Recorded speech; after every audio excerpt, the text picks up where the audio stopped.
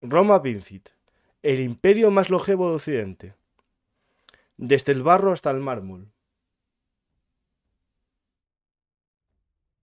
Damos comienzo a un nuevo episodio de la serie sobre Roma. Por supuesto, no va a faltar las águilas de Cayo Mario. Pero esta vez hablaremos de uno de esos personajes crueles de la historia. Soy Francisco García Campa y esto es Velum Artis Historia Militar, el lugar de encuentro para nosotros los apasionados de la historia. Como siempre, viajaremos en el tiempo gratuitamente sin que nadie tenga que pagar el billete.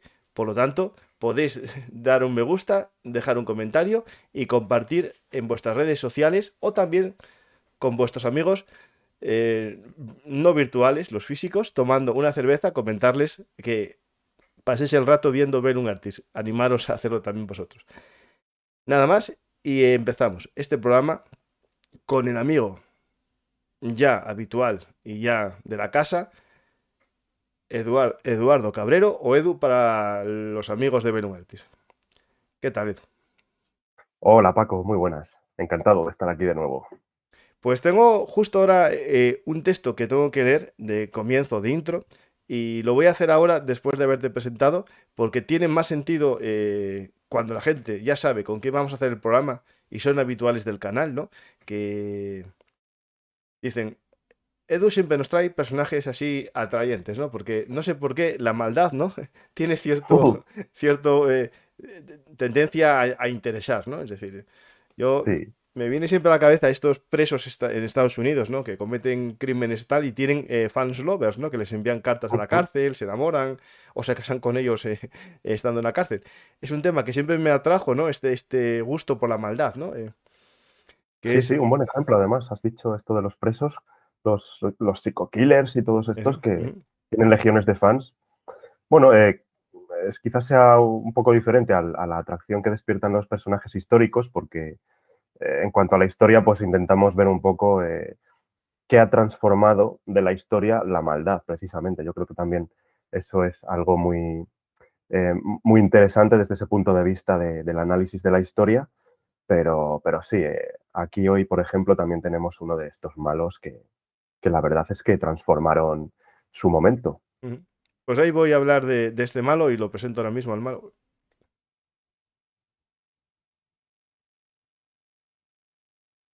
Ahí. Suetonio llegó a decir de él: sus vestiduras, su calzado y su aspecto en general no fueron nunca dignos de un romano, ni de un ciudadano, ni incluso de su sexo, ni, para decirlo claramente, de un ser humano. Bueno, con esta presentación que hacen sobre Calígula, el resto, que ya lo damos por supuesto, que no va a ser muy objetivo todo lo que diga Suetonio. Pero empezaremos Totalmente. a desgranar el personaje, ¿no? Vamos a hablar de Calígula, uno de los emperadores malditos, ¿no? El emperador que está puesto en el, digamos, en el top 10 de los emperadores ineptos, ¿no? O los emperadores crueles. Ahí Ujú. iremos viendo cuánto de verdad o de mentira hay en la historia que conocemos de Calígula. A veces, cuando analizamos la historia, ¿no? Nos damos cuenta que hay mucha mentira, pero en otras lo único que hay es a veces exageración de la verdad. Exactamente. Además, hemos elegido esta frase lapidaria y además de su autor, Suetonio, precisamente porque nos da pie a hablar de lo que comentabas. Lo primero, eso, Calígula es uno de los emperadores junto con otros tantos, porque hubo varios, que se meten dentro de esa, bueno, pues al menos supuesta lista de emperadores que no hicieron las cosas del todo bien, aunque con sus luces y sus sombras, Mm. porque Calígula, recuerdo el ejemplo también de Nerón unos años más tarde, ese quinquennium que tuvo, esos primeros 5 años de gobierno excelentes, que se giraron por completo posteriormente y hasta que se convirtió en otro loco. Con Calígula también pasa un poco lo mismo. Sabemos muchos datos de él que nos dicen pues que tuvo un gobierno eficaz en muchos ámbitos, pero realmente luego ese personaje que estaba detrás de ese imperio, pues llevaba a cabo atrocidades y locuras como las que después veremos. Sin embargo, eh, las fuentes que tenemos, que es de lo que queríamos empezar a hablar desde el primer momento, pues son un poco grises, digamos, ¿no? Porque estas fuentes clásicas nos vienen de diferentes autores y detrás de cada uno de estos autores existía pues una motivación, existía un interés, existían fines propagandísticos, ¿no? Para intentar pues ofrecer imágenes de los personajes de los que se hablaba, pues de una manera o de otra, en función de, bueno, pues de la tendencia de aquel que escribía, ¿no? Suetonio es un ejemplo muy claro, pero tenemos otras fuentes que también nos hablan de Calígula. Tenemos, por ejemplo, a Tácito, a Dion Casio, Flavio Josefo, autores clásicos realmente conocidos por prácticamente todos, nos suenan a todos, y nos hablan de Calígula. ¿Qué ocurre con las fuentes? Pues aparte de lo que decía, bueno, que quizás un texto, y más cuando, como decimos, viene de la pluma o, de, o del papel de alguien que podría estar sujeto a motivaciones de algún tipo, no puede considerarse al 100% pues, un documento con el cual reconstruir la historia tal cual se nos plantea, ¿no? Eh, por eso quizás la historiografía lo que pretende cuando intenta dilucidar cuánto hay de cierto en lo que se dice de un personaje, sobre todo si hablamos de personajes históricos más pretéritos como son los emperadores romanos en la Edad Antigua, pues intenta corroborar la información, pues por ejemplo, tanteando otras fuentes, eh, intentando mirar si unas no beben de otras y sin embargo sí dicen lo mismo para intentar comprobar que lo que se dice es cierto. Y por supuesto siempre estará la disciplina de la arqueología como principal materia para intentar pues confirmar que lo que dicen los textos pudo al menos ser cierto, ¿no? Entonces, pues dentro de todos estos personajes que nos hablan de los diferentes emperadores en general y de Calígula en particular, pues tenemos al bueno de Suetonio. Ujú. Suetonio, como todo el mundo sabrá, Al bueno si era senador. eso es.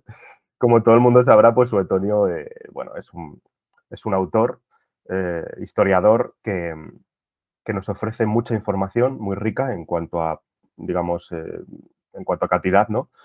Pero que siempre hay que coger con pinzas porque, bueno, Suetonio era un autor que no analizaba quizás con la rigurosidad necesaria los gobiernos de los emperadores, de quienes escribía o las acciones de los personajes de los cuales escribía, sino que eh, tenía la tendencia o su herramienta principal, su recurso principal en su literatura, pues era acudir a esos chascarrillos, a esas anécdotas, a esos se dice qué de los personajes y los planteaba pues en principio como ciertos. Esto también tiene eh, cierta explicación.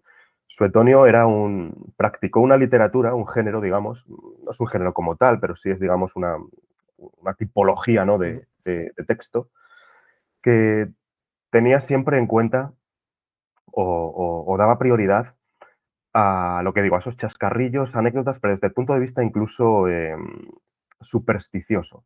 A él le resultaba muy curioso pues, los pequeños detalles. No solo desde el punto de vista morboso, que también, porque era un recurso, una herramienta que a día de hoy, Ujú. incluso más que Bueno, nunca, es que, a está ver, eso está a día de hoy, ¿eh? claro. Ahora lo llaman la microhistoria o la intrahistoria. Claro, entonces, bueno, es una manera que siempre que esté, digamos, sostenida en algún tipo de evidencia, pues es una manera muy buena de conocer la historia porque nos habla, por ejemplo, Suetonio es una fuente muy, muy buena para ver la vida privada, para ver los actos cotidianos desde el punto de vista de la vida palaciega, ¿no? De los emperadores.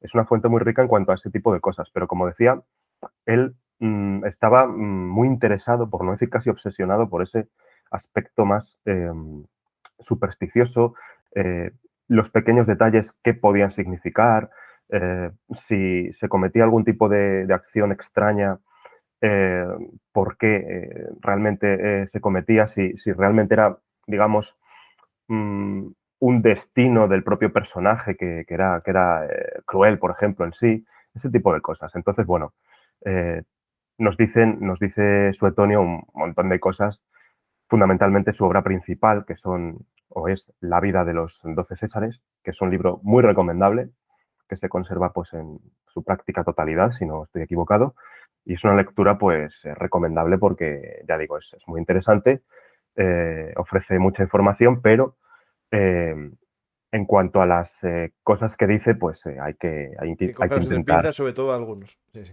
claro, claro, hay Hay que que intentar, recordar pues, que su lucha es entre la clase senatorial y el emperador, ¿no? Es decir, él está a favor un poco de la vuelta al poder a las familias senatoriales y bueno, va poniendo en tela de juicio a todos aquellos emperadores que intentaron aumentar más aún el poder imperial, ¿no? Es decir, eso sí que es un poco el mensaje que está detrás del mensaje. Es muy exactamente, importante entender eso. Por claro, tanto, hay que, mm, hay que entender siempre que los hechos puede que hayan existido, pero se exageran o se ocultan dependiendo, ¿no? En la historia a veces. Como lo de la corrupción. En muchos países existe, no se pasa nada hasta que quieres defenestrar a alguien que te cae mal, ¿no? Que la sacas, ¿no? Pues esto es parecido eso es. a lo que pasa en la Roma, ¿no? Es decir, hay que entender que los grandes literatos o eran a servicio del emperador, ¿no? Como puede ser Plutarco, que tenía sus escritos de ese tipo, o Ovidio, por ejemplo, que es el, digamos,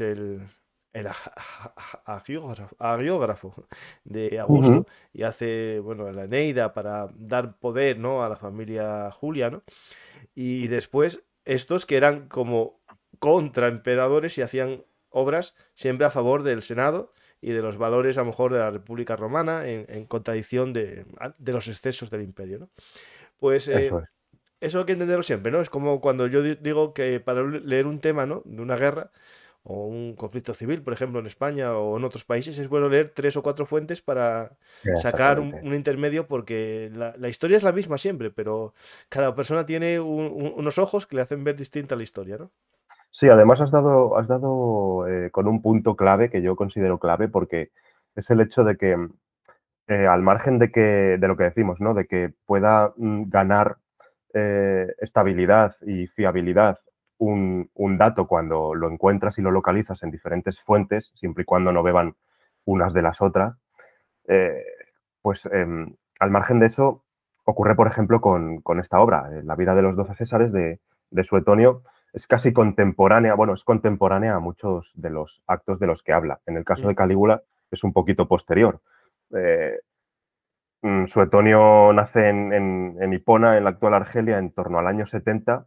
Calígula había muerto en el 41, relativamente cercano a los acontecimientos. Em, la vida de los 12 Césares creo que se data en torno al año 121, Suetonio muere en el 126. Y aparte de eso, es lo que decías tú. Yo siempre he considerado que estás, bueno, iba a decir en general, pero hablando más en particular de Suetonio, que es el principal, el autor más idiosincrásico de esta, digamos, corriente de los autores que utilizaban sus textos para sus propios fines.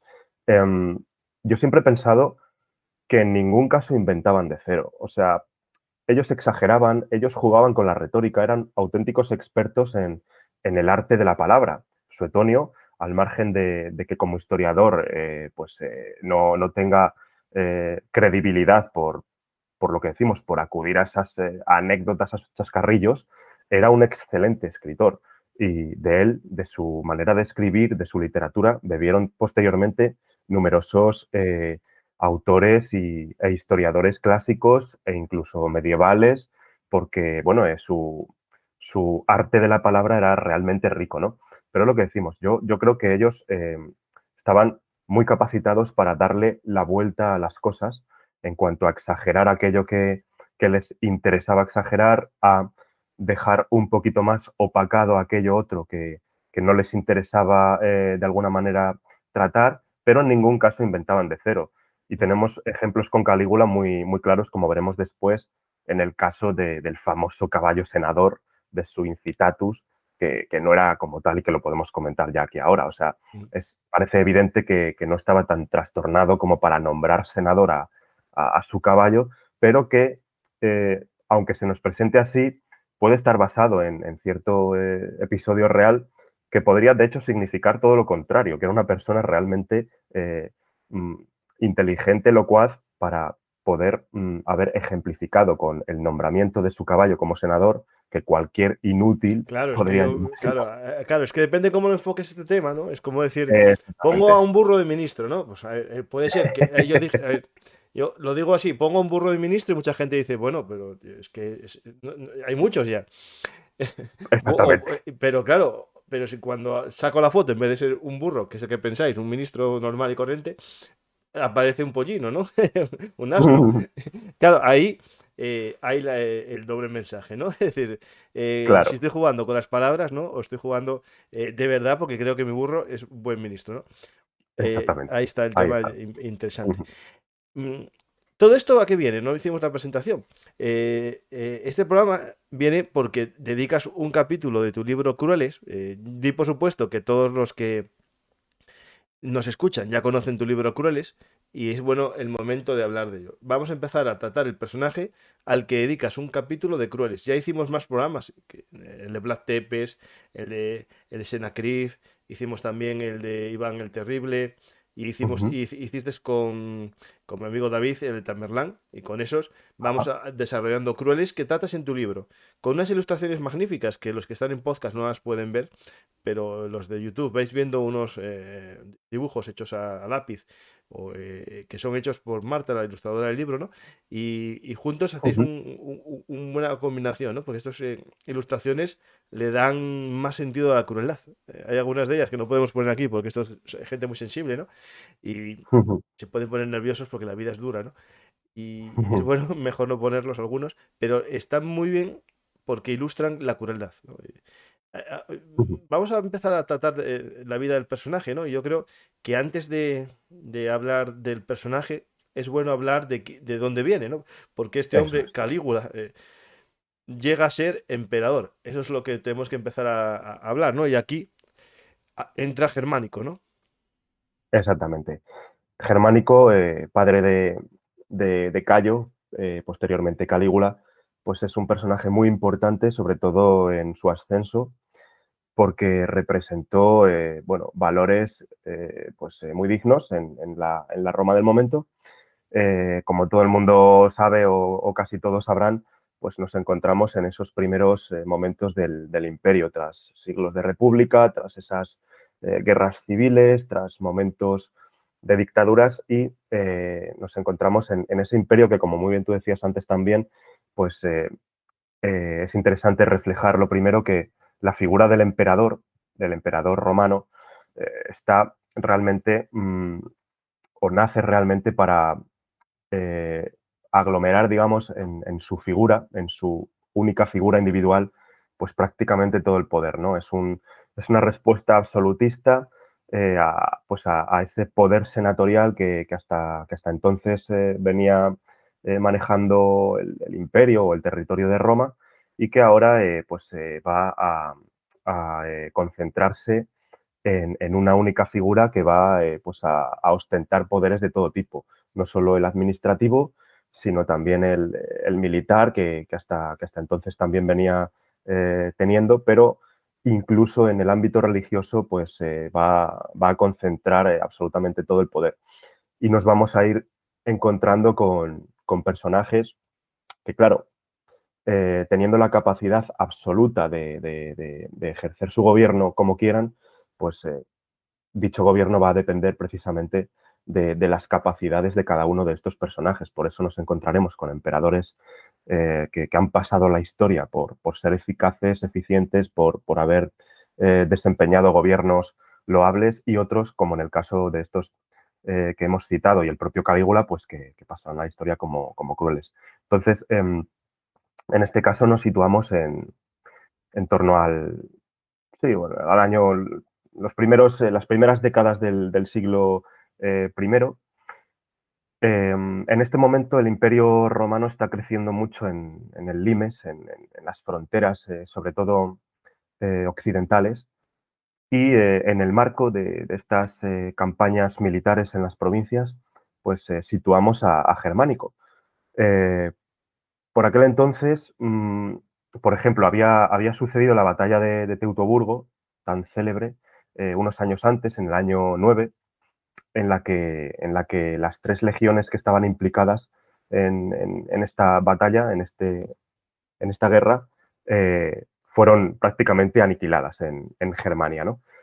Eh, Representaba un problema bastante grave, este limes, esta frontera, y es aquí donde entra en escena Germánico. Este germánico hay que recordar, ¿no? Que, Ujú. es hijo de Druso el Mayor y Antonia la Menor. Por lo tanto, no es en sí natural de la gens Julia, sino de la gens Claudia. Y posteriormente, bueno, de nacimiento hay algo muy normal en Roma, ¿no? Que es la Ujú. adopción. La adopción por parte de Tiberio en su familia. Y es cuando ya pasa a ser de la gens Julia, ¿no? Exactamente, hay un cambio de gens en ese sentido. Era, como muy bien dices, bastante común estas adopciones, ¿no? Mm. De asumir la familia de aquel que te adoptaba por méritos o por determinadas circunstancias. El propio Calígula va a ser también adoptado un poco en este sentido. Y bueno, nos encontramos con un germánico general de las legiones que bueno, que consigue de alguna manera en Germania estabilizar esa situación tan, tan complicada que había en ese limes, ¿no? Y alcanza el éxito hasta el punto de que consigue pues dar caza y someter al que por aquel entonces era el caudillo germano que representaba esta resistencia en esta zona, Arminio, tras una guerra bueno, que se desarrolló creo entre los años 14 y 16. Y Germánico pues se presenta en Roma tras este éxito, pues bueno, recibe triunfos, realmente es aclamado por el pueblo por haber puesto fin de alguna manera a esa guerra que tantos problemas representaba. Es curioso ver cómo en la propia Roma, en el corazón del imperio, el pueblo estaba muy pendiente de las campañas que se desarrollaban a miles de kilómetros en las diferentes provincias, porque bueno, la gloria de Roma estaba por encima de todo y poder someter a los pueblos, poder finalizar conquistas, era algo que todo el pueblo esperaba y los éxitos se celebraban pues con fiestas, con celebraciones que eran rotundas y bueno, muy pomposas. Ujú. Ahí, Eh, ahí el desfile del triunfo, ¿no? Es muy importante. En esta época es de las últimas veces que el general hace el triunfo, porque después se produce una paradoja, una cosa interesante, que es la apropiación por parte del emperador del triunfo. Y casi siempre los ajá, siguientes triunfos los hace el emperador, aunque no haya estado en batalla. Empieza en esta época a una especie de subrogación del triunfo. Y ujú, muchas veces el general ni participaba en el triunfo, sino que directamente lo hacía el emperador en el nombre de la victoria, ¿no? claro. En el caso de Germánico, el apodo de Germánico, si no recuerdo mal, no le viene a él por estas victorias, sino que ya lo tenía previamente por su padre Druso, que había tenido ciertos Ujú. triunfos también en la zona de Germania, y parecía ya que su nombre, ¿no? Venía dado para triunfar ante la revuelta, ¿no? Sí, sí, es así.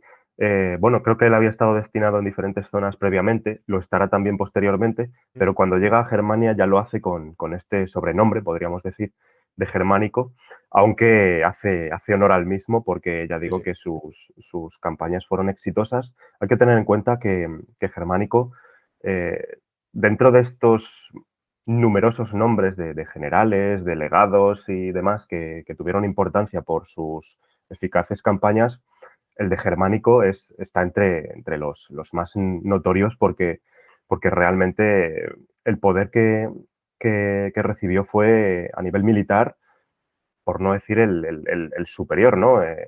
Recibió nada menos que el mando de 8 legiones, que eran un tercio del total del ejército de las fuerzas totales del Imperio Romano en ese momento.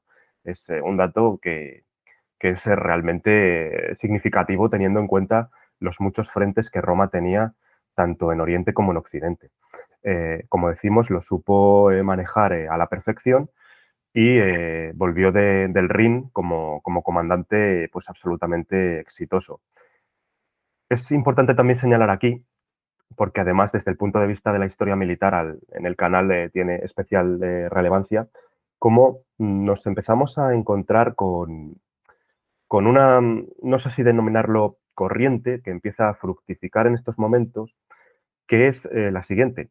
Frente a estos emperadores, como el propio Calígula, va a ser posteriormente cuando Mm. empecemos a ver su biografía, empiecen a encarnar en sus figuras el despotismo, el absolutismo, la crueldad, este tipo de valores alejados de lo que realmente debería ser el líder del Imperio Romano. ¿Qué ocurre? Que por la gloria de Roma, por la gloria de esa Roma que ellos representan y que sin embargo denostan en sus figuras de auténticos locos, de vividores, en fin, de tiranos, las legiones, que son las que realmente los soldados están jugándose la vida por esa gloria de Roma, por esa expansión, por ese imperialismo que fructifica en estos momentos, intentan, por lógica, revertir la situación y ellos pues empiezan a verse realmente su fidelidad Mm. la dirigen a sus A generales sus más generales. inmediatos, Mm. Sí, sí. exactamente, a aquellos que lideran sus campañas, que luchan junto a ellos y que realmente son los que están cosechando estas victorias que hacen grande a Roma. Y posteriormente, unos años más tarde, pues empezaremos a ver cómo numerosos de estos generales son aclamados como imperator, como emperadores por sus propias tropas y algunos de ellos llegarán a ser reconocidos oficialmente y Contados. escalarán en el poder. De hecho, una Pasa cosa un que tiene poco. que ver, Sí. Eduardo, Edu, con todo esto que estamos hablando, de los Ujú, emperadores que empiezan a ser crueles, ¿no? Es que en la visión clásica del romano, una de las cosas esenciales es el dominio de los instintos, ¿no? El dominio de los sentimientos, lo que es el... No me acuerdo qué virtus, es parte de la virtus, pero no me acuerdo cuál es exactamente. Es el control, ujú, ¿no? De las pasiones, ¿no? Que eso es algo propio de la idiosincrasia cultural romana clásica. En estos ujú. personajes todos son muy irascibles, muy... ¿cómo se dice? O sea, no, te dejas Sí, llevar por como, la... tiene un nombre, flemáticos, no, no. Ay, cuando te dejas llevar sí, te entiendo. por las entrañas, no me acuerdo ahora mismo cómo se dice. Sí, sí, sí, Y entonces son exactamente, sí. personajes que chocan, ¿no? Con la visión clásica de la virtus, ¿no? De la persona que lo hace todo por el bien de Roma, que sabe Quizá sopesar. buscabas la palabra Irascible. viscerales, ¿no? A lo Visceral, es mejor, justo, sí, visceral, sí, sí, sí, sí, eso sí. Pues eso es muy interesante porque todas las críticas que se hacen a estos personajes suelen ser de ese tipo siempre. claro. Y yo lo sacaba, perdona, yo lo sacaba a colación este dato porque empieza a ocurrir un poco con Germánico el asunto este. ¿Mm? Llega incluso no a recibir, pero sí que creo que le llegan a ofertar incluso el imperio, ¿no? Como se solía decir, cuando tus propios soldados te aclamaban como Sí. emperador o al menos ellos con la entrega del imperio simbolizaban de alguna manera bueno, que su lealtad estaba contigo y no contra ese tirano que estaba en Roma en su palacio, ¿no? Ah, de hecho, eso Eh, de la aclamación, la aclamación ujú, del Imperator, ¿no? En el campo de batalla, todavía sigue teniendo incluso vigencia a día de hoy en el derecho canónico. Ahí en ujú, la película de Ángeles y Demonios, de Código Da Vinci, se ujú, produce la elección del Papa, no por decisión de los obispos, sino por aclamación de la Iglesia, claro, que es cuando al final de la película y lo aclaman, ¿no? Y es que es cierto porque es una herencia del derecho romano, la aclamatio. Y es interesante porque era lo que hacían los generales en el campo de batalla, que eran aclamados como imperatos, y dependiendo de la ujú, fuerza que existiese ese general, aceptaba o no el mando, y se podía dar el caso de que más adelante, en un momento, tres generales fuesen aclamados como emperadores, ¿no? Y entonces ahí claro. comienza una guerra civil seguro, o sea, ya no... Sí, en el tumultuoso año de los cuatro emperadores Ajá. del año 69, que no hacían más que salir emperadores precisamente en los diferentes limes y aclamados por sus tropas. Mm. Pues Creo tenemos que aquí a Germánico, Germánico que lo empiezan a aclamar sí, y todavía no se ha adoptado por Tiberio en este momento, ¿no? eh, pues después de la guerra de Germania creo que es cuando se produce Mm, y después, sin embargo, cambia mucho la situación. Tiberio empieza a considerarle, precisamente por esto que estamos diciendo, como una amenaza. Y de hecho, pues lo envía a otros frentes y entre ellos, pues tras un viaje bastante sinuoso, pues termina en Anatolia y en el año 19 Germánico muere. Y esta es la presentación que tenemos un poco para empezar a hablar de Calígula, porque Calígula, hijo de Germánico, había acompañado ya a sus padres, bueno, a sus padres, porque también a su madre en estas campañas, incluso en Germania. Y parece ser que es en el marco, en el contexto de estas campañas en Germania, cuando Calígula, con muy corta edad, 4 o 5 años, pues se dedicaba a pulular por los campamentos de mm, los legionarios, ataviado como un legionario más. Se le había confeccionado pues, un uniforme que debería de ser muy gracioso, ¿no? Para un niño de 4 años. Y bueno, y se movía entre los soldados como uno más, ¿no?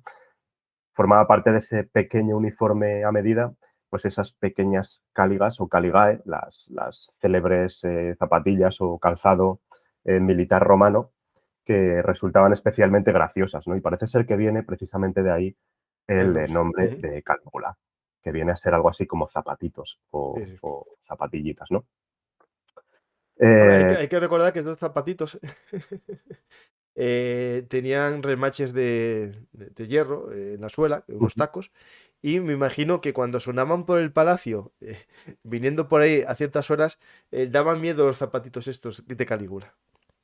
Sí, Creo sí, que sí, sí, jugaban a lo mejor también con eso, porque claro, en mitad de la noche... claro, claro. ¿Qué va a hacer este? Hoy no durmió, No, madre mía. es curioso, bueno, ver un poco el origen del nombre que se ha convertido en sinónimo de perversión y de crueldad, ¿no? Que venga de un asunto quizás incluso tan tierno, ¿no? Como puede ser este del uniforme a medida del niño pequeño, ¿no? Entonces, bueno, la historia de Calígula, la biografía como tal, empieza pues totalmente sumergida en el contexto de las traiciones. Cuando su padre muere en el año 19, eh, Tiberio continúa intentando deshacerse de sus potenciales enemigos y entre ellos pues sitúa también a la madre y al hermano de Calígula, de Cayo en este momento, Agripina y Nerón, que son exiliados por traición, acusados de intentar pues confabular contra su poder. El contexto y la red de traiciones y demás que empieza a tejerse en este momento, pues es realmente muy, muy intensa, ¿no? Podemos hablar de diferentes personajes, como ocurrirá también después bajo el reinado de Calígula, bueno, que pululan por ahí por la escena y son acusados de traición pues, en muchos casos sí con pruebas, en otros pues prácticamente por imaginaciones de los propios emperadores que hasta el propio Suetonio definía como tal, ¿no? A él que tanto le gusta buscar en todo cosas que no hay, pues hasta Suetonio consideraba que estas traiciones que estos emperadores veían, sobre todo el propio Calígula, pues eran simplemente fruto de su imaginación. Entonces, dentro de los primeros datos de la biografía de, Mira, antes de esos de primeros Calígula, datos, no sé si sí. vas a contarte un poco la descripción que hacen de él, pero la tengo aquí en el libro de los 12 Césares. Si Puedes quieres, leerla, sí. te la leo yo un poco y así hablo yo Sí. con sentido, para que no digan que interrumpo. Esto está sacado del libro de los 12 Césares. Ujú. Era Calígula, de elevada estatura, pálido y grueso. Tenía las piernas y el cuello muy delgados, los ojos hundidos, deprimidas las sienes, la frente ancha y abultada, escasos cabellos con la parte superior de la cabeza enteramente calva, y el cuerpo muy velludo. Por esta razón, era delito capital mirarle desde lo alto, cuando pasaba, o pronunciar con cualquier pretexto que fuese la palabra cabra. Su rostro era naturalmente horrible y repugnante, pero él procuraba hacerle aún más espantoso. Estudió delante de un espejo los gestos con que podría provocar más terror. Aquí está Suetonio on fire. Que puede ser que sea Sí, calvo, eso no digo no, que sea feo también, pero ya, esto ya me lo veo ya como otro, bueno, dictador, caudillo, Gil, sí. Führer, que se veía delante de una cámara y posando, ¿no? Es decir, voy aquí a hacer ópera y hacer mis montajes. Y parece que ya Calígula hacía lo mismo, es decir, vamos a practicar, ¿no? Cómo dar Sí, más miedo a la gente, ¿no? Esto, hay claro, datos, ¿cuánto es sí, de verdad o de mentira? ¿Quién sabe? Es decir, claro.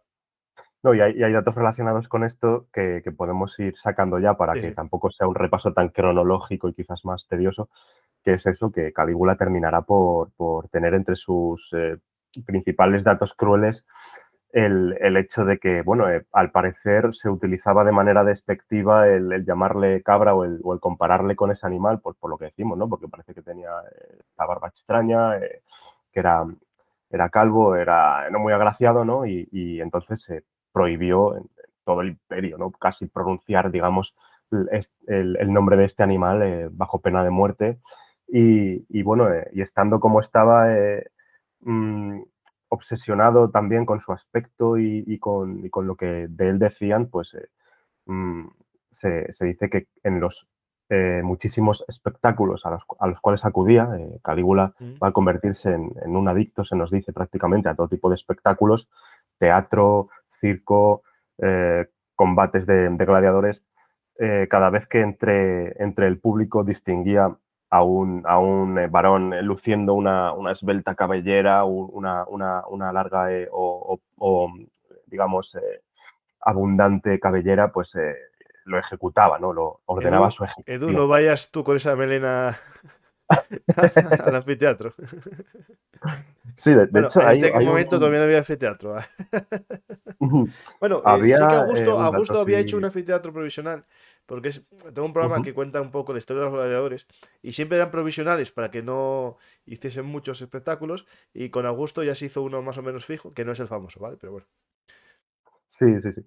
Y bueno, es lo que tú dices, son datos que parecen exagerados, que podemos sospechar que quizás en algún momento puntual, pues a lo mejor Calígula se enemistó con un opositor que curiosamente gozaba de un pelo prominente, digamos, y a lo mejor ordenó su ejecución por otros motivos y Suetonio se lo lleva a que siempre que coincidía con, no lo sé, son datos que son No, no, quién chascarrillos sabe, y esto, a demás, ver, en la vida hay gente pero muy extraña, ¿eh? Entonces, no, no, y además, bueno, hablamos de un personaje que... Calígula, lo que sí tiene, yo por ejemplo, a raíz del libro, he dado en algunos eventos, pues, conferencias, charlas acerca de este asunto, de cuando nos enfrentamos a las biografías de los personajes, sobre todo ¿Mm? más pretéritos, más antiguos, qué hay de cierto en lo que se dice y qué no. Y Calígula es un personaje en el cual tenemos ejemplos de ambas cosas. Tenemos ejemplos de datos, sobre todo de la pluma de Suetonio, que no se sostienen bajo ningún concepto y que parecen exageraciones, lo mires por donde lo mires. Pero sin embargo sí que tenemos habladurías que en su momento lo fueron y que han sido absolutamente corroboradas por disciplinas tan innegables como son e indiscutibles como son, por ejemplo, la arqueología, ¿no? Y lo veremos después en el caso Ujú. de los célebres barcos de Sí, Nemis. sí. Pero bueno, por continuar un poco, pues en estos primeros años con los datos de Calígula, en torno al año 29, cuando su madre y su hermano ya son exiliados, va a vivir tras un pequeño periodo en el cual vive con su bisabuela, va a vivir con Antonia, con su abuela paterna, junto a su hermana Drusila. Estos dos personajes, estas dos mujeres en su vida van a ser muy importantes, muy significativas en su biografía, tanto su abuela Antonia como su hermana Drusila, por lo que iremos viendo. Suetonio, una vez más, nos empieza aquí a comentar que ya Calígula tenía comportamientos vinculados sobre todo al ámbito sexual, que es quizás el contexto en el cual se sitúa tradicionalmente a Calígula en estos comportamientos tan extraños. Nos sitúa Suetonio a un Calígula que ya practicaba sexo con su hermana, algo que tampoco podemos corroborar desde el punto de vista de tener fuentes realmente fehacientes, ¿no? Ahí en ese tema hay una vinculación al tema del sexo entre hermanos y tal.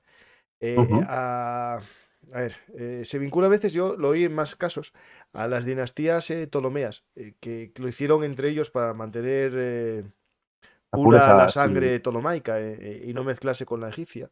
Digamos un poco, y puede que tuviese ese elemento, no sé si en caso de Calígula, pero como muchos romanos que heredaban pensamiento griego y helenístico, no te digo yo que no estuviese dentro de esa opción, ya no yendo ya solamente a lo que sería lo Ujú. fácil, que sería algo que, bueno, que pasó más veces, no es la primera vez en la historia, pero podría vincularse a eso, es decir, para mantener, ¿no? La familia unida, así que acabaron, ¿no? Los Ptolomeos también, en muchos casos. Pero digo que no es la primera Sí. vez. Cleopatra estaba casada con su hermano, o sea, no me extraña. No, no, claro. Además, tanto en esto como en otros aspectos que luego veremos, es evidente que todos sabemos que son pues, comportamientos que a día de hoy pues, pueden tener, es evidente, pues un rechazo, pero que en los momentos de los cuales hablamos eran pues, comportamientos como poco eh, menos condenables que en nuestros días, ¿no? En Roma no estaba bien visto, ¿eh? De hecho, Claro, pero no, no. en la zona griega, pues por influencia, bueno, es que estamos hablando de Cleopatra que es hace poco, es decir, no estamos Sí, hablando de 200 años de diferencia, es decir, que Cleopatra y Julio César es poco antes, es decir, sí, un momentín. No, no, de hecho Suetonio nos lo vende o nos lo plantea como tal, como que el incesto era algo absolutamente, bueno, eh, cruel, digamos, mm, una atrocidad, pero bueno, que como decimos, si partimos de la base de que consideramos que Suetonio exagera todo, pues lo que también tenemos que considerar es que lo que está claro es que Calígula sentía un gran amor por su hermana Drusila, estaba muy unido a ella, también habían, digamos, soportado esos años de infancia duros y lo están haciendo en este momento juntos. Se dice que incluso cuando su madre y su hermano Nerón son exiliados, ellos pasan bajo la tutela de su bisabuela, de su abuela luego, a estar prácticamente en una situación que era cercana a la esclavitud. O sea, mm. eh, estaban casi secuestrados, sí, en palacio, pero privados de libertad y sometidos. Y bueno, eso les unió mucho. Y como veremos, Drusila pues acabará siendo deificada por Calígula a su muerte. En uno de esos pocos ejemplos que no tenían demasiados precedentes, se me ocurre que el propio, creo que fue Augusto el que deificó a Julio César, o Ujú. no sé si fue ya Tiberio, pero Ah, yo creo que no sí. tenía muchos precedentes y No, Calígula Augusto lo se hace empezó con... a divinificar, pero no, Sí, sí. Pero sí, empezó con esa... no a hacerse Dios, pero sí a hacerse divino, sí. Claro, claro. Y además, si quieres, también lo tratamos en este punto, aunque lo íbamos a mencionar después. Otro de estos, de estas particularidades de Calígula es precisamente esa. Se dice que es el primer emperador que se presenta en vida a sí mismo como un dios ante el pueblo. Ujú. Eh, Otros emperadores sí que habían iniciado esas, digamos, tendencias o labores de, bueno, de otorgarse poderes divinos. Se los habían otorgado post-mortem a Eso. antecesores Ujú. suyos, pero Calígula, por vez primera, se considera a sí mismo un dios y se presenta como tal ante el pueblo, construyendo templos dedicados a su figura en exclusiva e incluso pues, organizando y construyendo ciertos ritos, ciertas ceremonias, cierto ritual religioso, sacerdotal en torno a su figura ya como tal, ¿no? Es algo bueno, que está bien mencionarlo aquí porque vamos a ir viendo un poco esa transformación del personaje hasta alcanzar estos límites tan como poco, bueno, grandilocuentes y extravagantes como son el hecho de poder considerarse a sí mismo como un dios, ¿no? Entonces, bueno, la relación, como digo, con su abuela va a ser siempre muy hostil. Las mujeres en este momento de la época tenían una importancia bastante relevante en el gobierno de sus esposos, de sus hijos. em, lo veremos con diferentes emperatrices que van a estar pues muy implicadas, ¿no?, en las labores de gobierno, van a formar parte de esos quizás círculos cercanos del emperador y van a influir para bien o para mal en las decisiones que se tomen. Y Antonia ejercía este papel pues, de una manera muy activa. También lo había hecho la propia madre de Calígula con respecto a las actuaciones de su padre en las fronteras. Y bueno, como digo, la relación con su abuela va a ser absolutamente hostil. Con su hermana va a ser todo lo contrario. Y bueno, lo que yo siempre suelo mencionar en este punto es que este incesto, supuesto incesto, eh, hubiera sido bastante más penado y condenado por su abuela, de la cual dependían en este momento, si ella se hubiera dado cuenta de que esto sucedía, porque Ujú. Antonia era una mujer muy vehemente, muy estricta, y por mencionar un dato sobre esta figura, pues tenemos el dato de cómo cuando su hija fue acusada de confabular, de formar parte de la traición que llevó a la muerte de su esposo, de Druso el joven, cuando éste estaba, digamos, aspirando a ocupar el trono o el poder cuando Tiberio lo dejara, pues a su propia hija Antonia la condenó a morir de una manera muy habitual en la época y que es realmente espantosa, que es de inanición, ¿no? O sea, encerrada Ujú. y a su suerte y bueno, y hasta que muriera de hambre, de sed Bueno, pero a bueno. ver, entiendo que habiendo participado en la muerte de su padre, eso en la cultura romana es lo peor que se puede hacer. Es decir, hay que entender siempre Sí, el momento exacto, es decir, que el pater familias es divino y es el que decide la vida o la muerte de sus tutelados. claro, Nunca al revés. Es decir, sí, eso es casi la mayor ofensa que se puede hacer a la cultura romana. Es decir, eso que exactamente. Esto miraron ocurre siempre en con los el... ojos de Roma. Es decir, Sí, nosotros tenemos una educación cristiana, que en Roma no era así tal, y los hijos no, se les cuida, se les quiere, pero en Roma el hijo, digamos, el padre podía decidir la vida y la muerte de su hijo en cualquier momento, y de hecho no era hijo de alguien hasta que se le reconocía delante del público, claro, de los demás, se le levantaba en alto y se le reconocía como hijo. Si no quería reconocerlo, se le abandonaba. Es decir, no hay que entender que esa potestas, ¿no? Del pater, eso es. cualquier intento de matar a tu padre es la mayor ofensa que se puede hacer, ya no solo porque es un homicidio o tal, sino Sí, ir en además, contra de la tradición romana, más. sí, además la legislación en cuanto a la potestas, bueno, sufrió muchos cambios porque era muy relevante, muy importante, como bien dices, y bueno, estaba siempre sometido a todo tipo de legislaciones. Claro, y hay que recordar Esto, que esta mujer viene de época de Augusto, que Augusto era el gran tradicionalista, el que había vuelto, ha intentado volver al pilar de la familia tradicional romana, de los valores tradicionales. Y claro, estaría educada por ujú, esos valores, claro. exactamente. Esto ocurre en el contexto de una de las muchísimas traiciones que en estos momentos Mm. se plantean, unas más corroboradas, otras menos, que fue la que manejó Sejano, quien también fue ejecutado, y bueno, que al final pues terminó con el fin de Druso el joven, que prometía, ¿no?, ser pues uno de los candidatos. Em, de hecho, Sejano fue un personaje que era muy cercano a Tiberio. Primero eh, ejerció el papel de liberar al emperador de estas conjeturas y pasó después a protagonizarlas Mm. él mismo, ¿no? Siempre se iban intercambiando los candidatos, las lealtades se veían modificadas en todo momento. Bueno, es una red de conjeturas que realmente pues, es muy intensa, como decían antes. Y ya entramos un poco en el punto en el cual Calígula, Cayo aún en este momento, bueno, sí, Calígula ya también se le empezaría a conocer como tal, pues por este momento pues empieza a introducirse en el círculo del emperador, ¿no?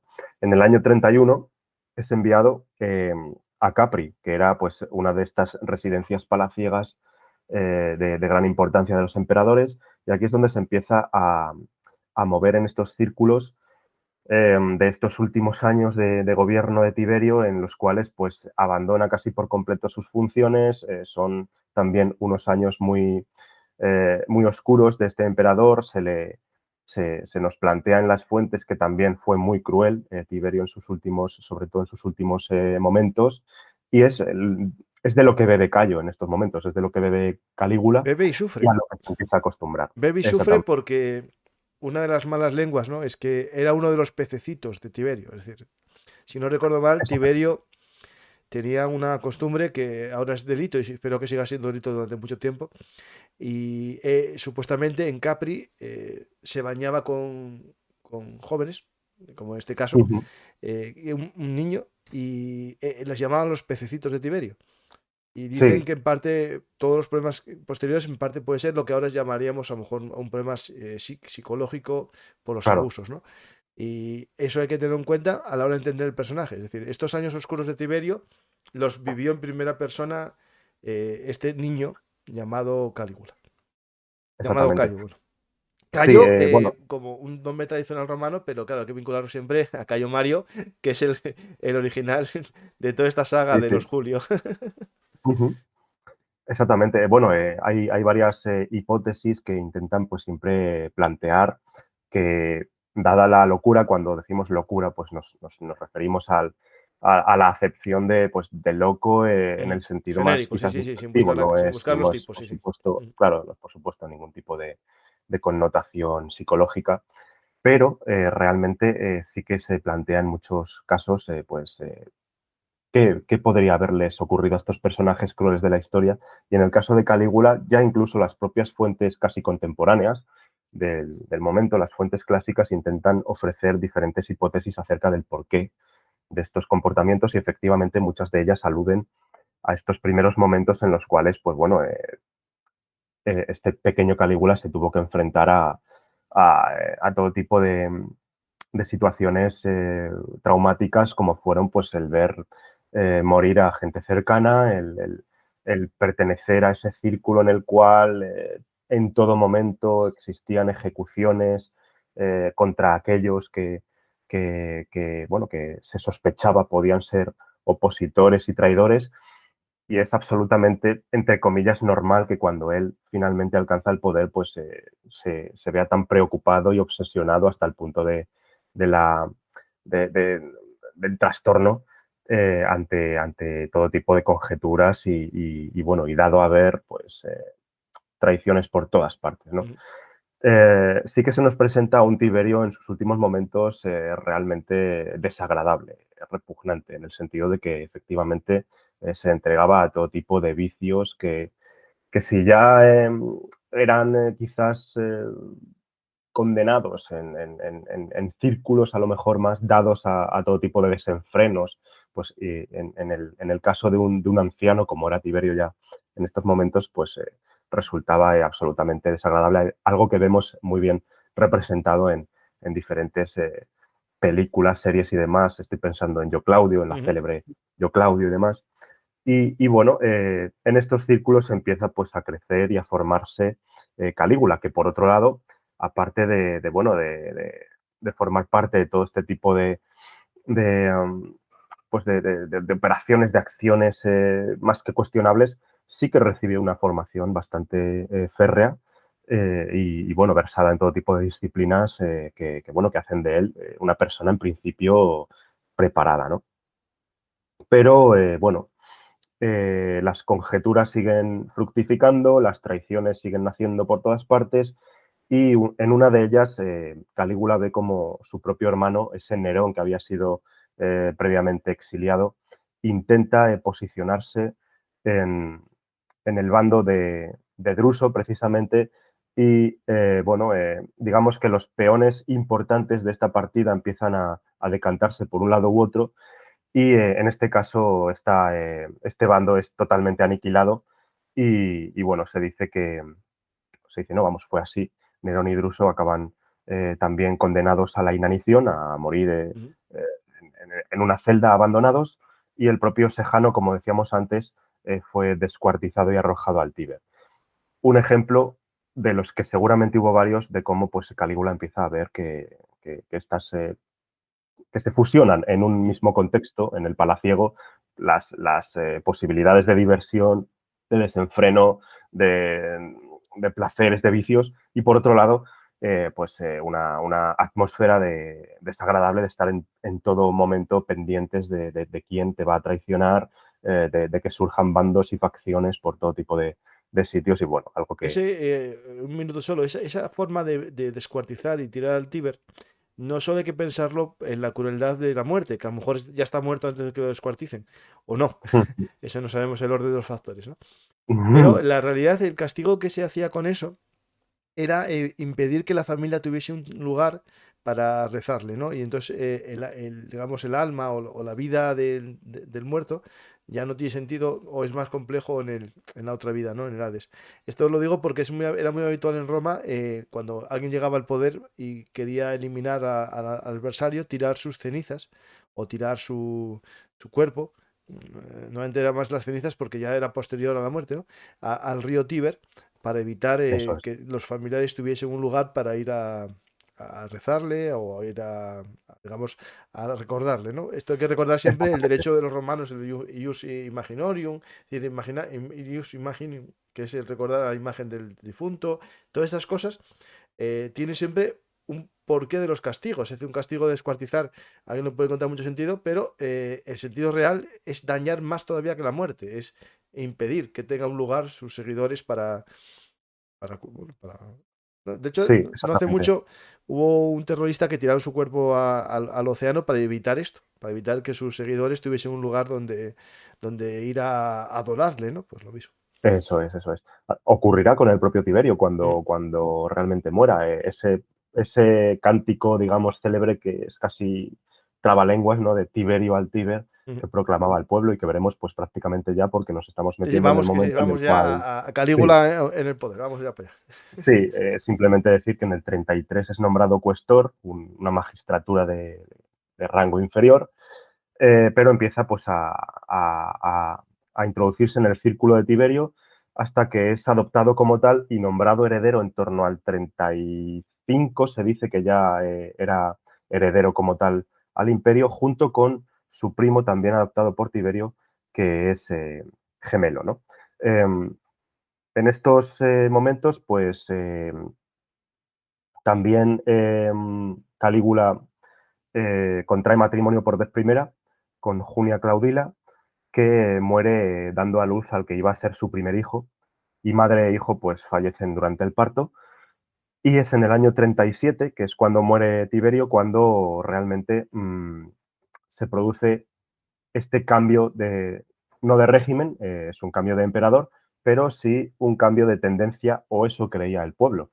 Em, ya desde el primer momento el propio Senado opta por oficializar el nombramiento de Calígula en exclusiva como emperador y dejar fuera de la ecuación a este gemelo, a pesar de que se dice que en el testamento se había dejado claro que, bueno, que ambos eran herederos.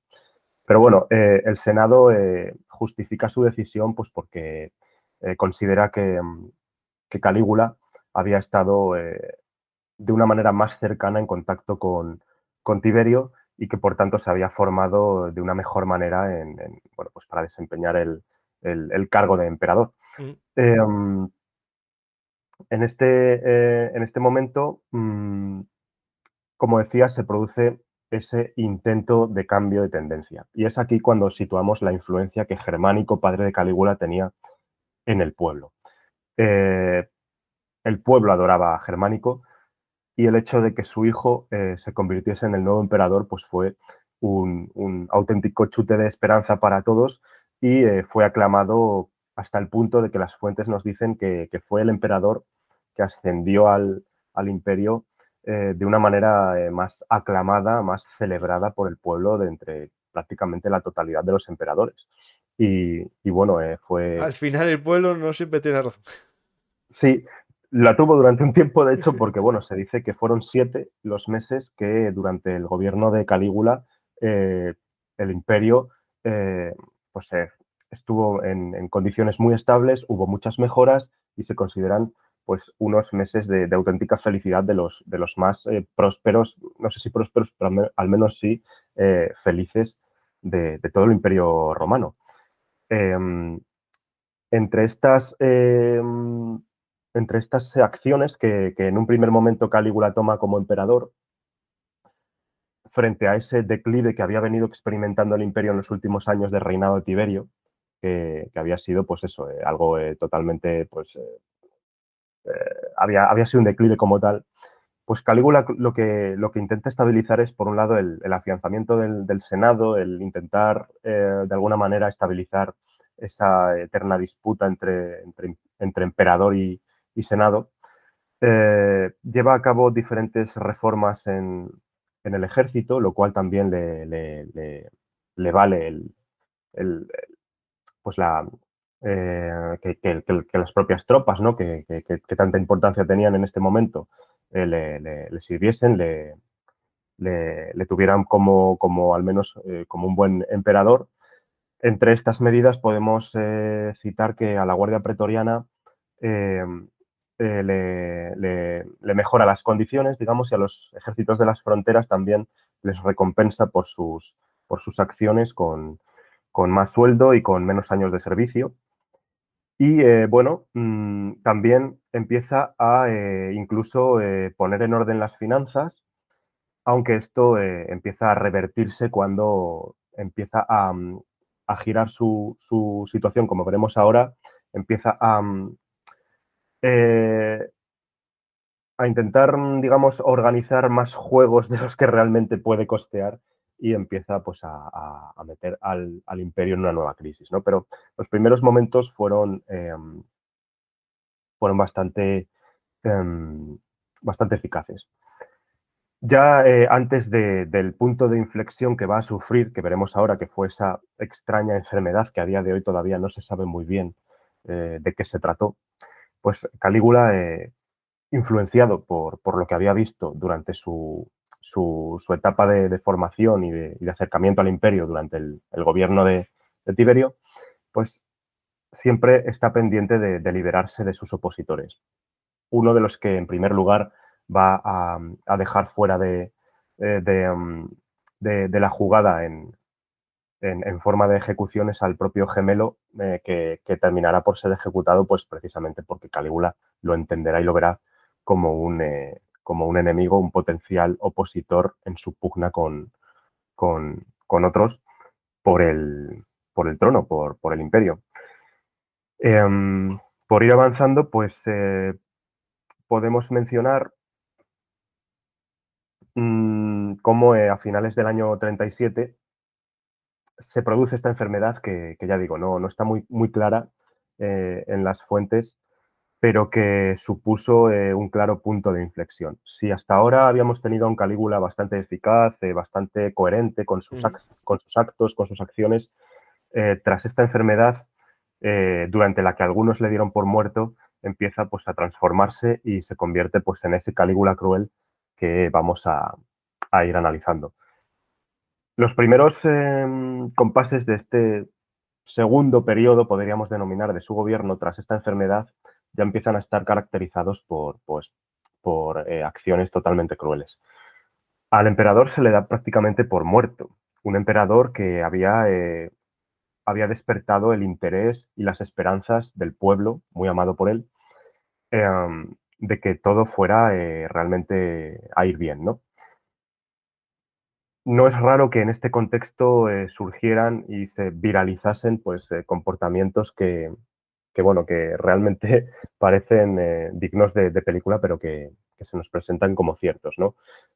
Yo siempre me he preguntado cómo este tipo de acontecimientos podían llegar a ser, digamos, concretados y que fueran tenidos en cuenta por el propio emperador. Me estoy refiriendo, por ejemplo, al caso de Publio Afranio Potito y de Atanio II.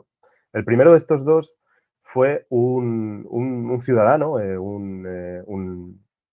un plebeyo, que durante la enfermedad del emperador había prometido entregar su vida a cambio de que el emperador salvase la suya. Eh, Estamos en una Roma que en estos momentos tiene 1 millón de habitantes, ¿no? O sea, yo no sé cómo realmente lo que este tipo dijo, no sé en qué contexto, pues pudo escalar hasta tal punto de que el emperador fuese consciente de que había por ahí un tío que había realmente prometido entregar su vida a cambio de la suya. Cuando él se recupera, lo que hace, en vez de, como él pensaba, el propio plebeyo, ser recompensado, ¿no? Por su lealtad, por ese amor al emperador que incluso le llevó a querer sacrificarse por él. Todo lo contrario, Calígula dice que esa promesa ha de ser cumplida y este Afranio Potito fue ejecutado como si de una res se tratase, pues siendo lanzado al vacío desde el precipicio de la Roca Tarpeya, que era una de las ejecuciones habituales y comunes en estos momentos del imperio. Y en cuanto al segundo, a Tanio II, lo que había dicho era que lucharía en un combate de gladiadores eh, para gloria de su emperador y para intentar demostrar su lealtad y poder fomentar y propiciar que el emperador se recuperase. Ujú. Este fue también otro al que le salió mal la jugada y Calígula cuando se recupera dice, ese combate se va a producir, este segundo acaba por combatir en un combate en mitad de un espectáculo de gladiadores, aunque le fue algo mejor porque resultó vencedor en dicho combate, se nos cuenta, pero se nos presenta ya un Calígula pues totalmente, bueno, digamos, transformado, un emperador que prioriza este tipo de acciones que parecen tan dementes y empieza a descuidar un poco más ese gobierno que hasta entonces venía desempeñando de manera bastante coherente y Aquí bastante hablas ética. de una de sus pasiones, que son los gladiadores. Tenía dos grandes pasiones. Sí, Bueno, decían que la danza y el baile era una de ellas. Otra, las luchas de sí, gladiadores, pero sobre todo también las carreras de cuadrigas, ¿no? De circo. sí, Esto hay que recordar que los exactamente. romanos tenían casi más atracción e invasión por las carreras que por los espectáculos de gladiatura. Ahí, eh, en los espectáculos de gladiatura, al parecer, entre el espectáculo sabemos que luchaban en pareja, siempre un tracio contra un milión, es decir, siempre estaba emparejado. Y al parecer, él siempre fue muy aficionado a los tracios. Y quitó a Ujú. los millones parte de su armadura para que no tuviesen buenas condiciones de combate. Y más adelante, no sé en qué año fue justamente, eh, uno de los millones venció en este combate, que en teoría estaba amañado, ¿no? Porque al quitarle las protecciones no iba a ganar. Y dicen las malas lenguas que le envenenó la herida, justo le echó un veneno. Y Sí. ese veneno tiene el nombre del gladiador, que era, lo tengo aquí era columbiano, porque se llamaba Ujú. Columbo, el gladiador. O sea que ya Ajá. su pasión por los espectáculos de gladiadores era tal que incluso eh, parte de su locura, ¿no? O sus actos locos los realizaba delante de todo el mundo. Es decir, aquí hablan de un payaso, Menester, que era Ese es. un personaje muy importante porque era como, bueno, su amante, pero también un bufón, ¿no? Era toda una mezcla muy singular, ¿no? Y que incluso cuando hacía su espectáculo este hombre, si alguien hablaba en el anfiteatro, que al parecer se podía oír todo, le pegaba a él, o sea, Calígula le azotaba en público, ¿no? Exactamente. Sí, has tocado un tema muy interesante porque en este ámbito de los juegos se manifiesta muy bien esta locura, este comportamiento tan cruel y atroz de Calígula. Por lo que has comentado, yo también tenía por aquí apuntado el tema de Néstor, este histrión griego que era el predilecto de Calígula y que, bueno, al que besaba siempre se nos cuenta en los labios en público para demostrarle su amor y, bueno, con el cual estaba absolutamente obsesionado, ¿no? Un menester que luego posteriormente continúa en las fuentes clásicas apareciendo, parece ser que como personaje sí que tiene bastante coherencia el hecho de que existiera realmente, porque luego se nos presenta como amante de la mujer de Mesalina del propio Ujú. Claudio, del emperador posterior, bueno, que se ganaba la vida un poco de esta manera, ¿no? En el ámbito de los juegos, Calígula, como mencionábamos al principio, pues era un auténtico adicto a todo tipo de juegos, a todo tipo de ludus, de actuaciones, de teatro y también pues de carreras de cuadrigas y de luchas de gladiadores. él muchas veces amañaba los resultados de estas competiciones y estos combates pues para ganar dinero en apuestas y para satisfacer sus más crueles deseos, como era, pues, por ejemplo, pretender que las luchas fueran absolutamente desiguales, que estuviesen desequilibradas, se enfrentaba a un pobre desgraciado contra un grupo de gladiadores fuertemente armados y fuertemente entrenados para que le masacraran. Todo este tipo de cosas tienen su aparición en este contexto de los juegos del que Calígula era tan aficionado y que tanto se vincula a su figura hasta el punto de que, como veremos después, pues va a morir prácticamente en mitad de uno de ellos. Se dice, de hecho, que durante su muerte estaba actuando el propio Menester por ahí. Lo veremos después. Pero también, hilado con este punto de sus prácticas, digamos, sexuales fuera de lo común, incluso en esta Roma muchísimo más diferente a lo que podemos entender hoy. Si me callo, Mario Eh, levantase la cabeza. claro, pues situamos también esas, bueno, esos datos que se nos aportan de su figura, de cómo pues, mantenía relaciones con esclavos sobre todo, tanto hombres como mujeres, algo que a priori pues tampoco resultaría tan extraño. No, eso Lo que sí parece... En Roma realmente lo que nunca se podía hacer, en el caso tal de las relaciones entre hombres, era ser el que recibía si el estatus era menor. Es decir, eso a Sí, César, todas bueno, las coñas, e insultos o campañas de desprestigio siempre fue porque él era, digamos, el receptor, ¿no? Esto es claro, esto hay que entenderlo en la virilidad masculina romana, ¿no? Es un tema importante, es decir, siempre hacia abajo no había problema. Es decir, que, por ejemplo, incluso una mujer romana podía tener amantes, pero siempre de una condición inferior, nunca de la condición igual a su marido, ¿no? Es decir, esto es un tema. exactamente. Bueno, digo esto en teoría, ¿no? Porque la práctica real no es así, porque esto va por periodos históricos y tal. Por Pero cuando supuesto, se sí, habla de sí, estas emperatrices y todas estas cosas que Mesalina y todas esas cosas, hay que entenderlo siempre en claro. esa concepción, no una concepción entre iguales, ¿no? Eso no. Sí, exactamente, lo has explicado muy bien. Y bueno, también relacionado con esto, pues lo que comentábamos antes, cuando finalmente Drusila, que su hermana, con la que también se dice que practicaba sexo y demás, pues muere, eh, él la intenta equiparar como diosa a Pantea y bueno, también en este contexto pues tenemos citadas diferentes atrocidades y acciones totalmente fuera de lugar y propias de un demente, ¿no? Como eran el hecho de que durante los 15 días de luto que Calígula establece por la muerte de su hermana, a la cual deifica, pues prohibió pues absolutamente todo, ya no solo lo que por norma general se prohibía durante los lutos oficiales, sino que lo llevó más allá y prohibió pues dar banquetes, reírse o incluso tomar un baño durante todos Ujú. estos 15 días. Y se dice que fueron varios los ejecutados precisamente por haber sido acusados de saltarse alguna de estas nimias restricciones que este emperador puso durante este luto. Y bueno, en en este ámbito también de las particularidades bueno, y datos extraños que Calígula mantenía con respecto a esto del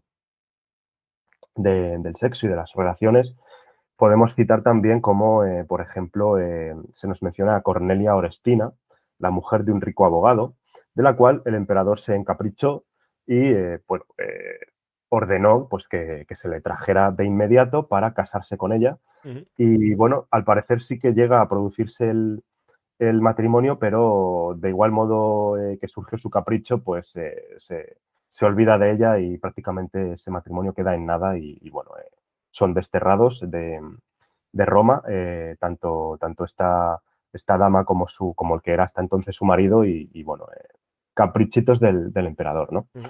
Y entramos ya en un punto en el cual nos tenemos que detener brevemente porque me parece uno de los puntos más curiosos de la biografía de Calígula, que serían los famosos barcos de Nemi. Dentro de las excentricidades de Calígula, pues parecía encajar una historia que al principio, durante toda la historia, realmente parecían solo habladurías. Y este es uno de los ejemplos que yo mencionaba de cómo tenemos datos que parecen sacados simplemente de la leyenda y son ciertos.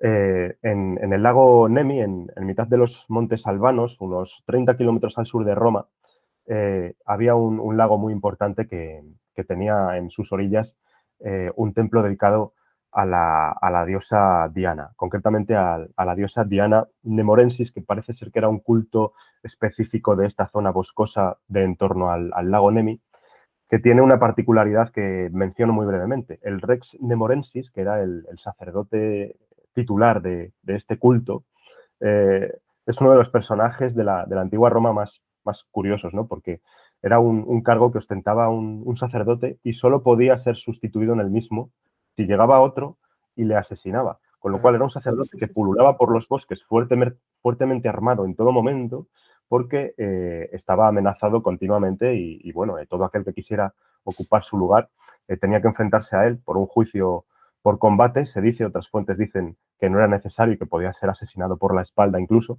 pero bueno, me parecía curioso.